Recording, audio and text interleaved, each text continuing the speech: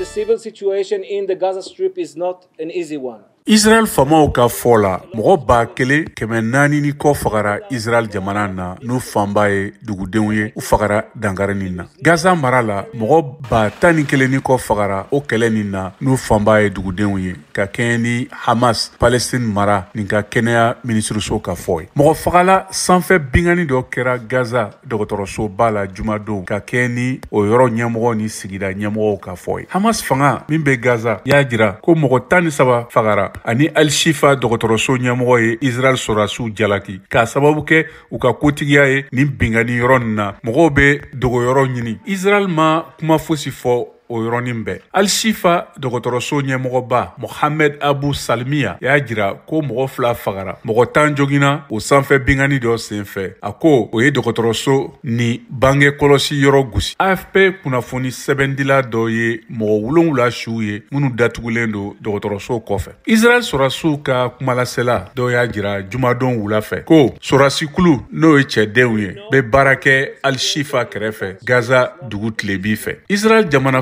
Benjamin Netanyahu. I've set goals. I didn't set a timetable because it can take more time. I wish it'll take little time. Ye iban marfaci dabla sima Gaza marala alamsadon ka fɔ ko surasikulu n'o ye jamana cɛdenw ye u bɛ ka baara kɛ ka ɲɛ kosɛbɛ ani ka sinsin ko Israel ma labɛn si kɛ walasa ka Palestine mara minɛ ko kura. Dunuya kɛlɛya tɔnba ye wele bila ka dan sigi nin siban fagali la min bɛ ka kɛ Gaza mara la min tɔɔrɔla kɛlɛ fɛ. Israel ka sɔrasi wulikajɔ senfɛ ka kɛ ni dunuya kɛlɛyatɔn ka dɛmɛ ɲɛmɔgɔba dɔ ka kuma ye min gansira jumadon.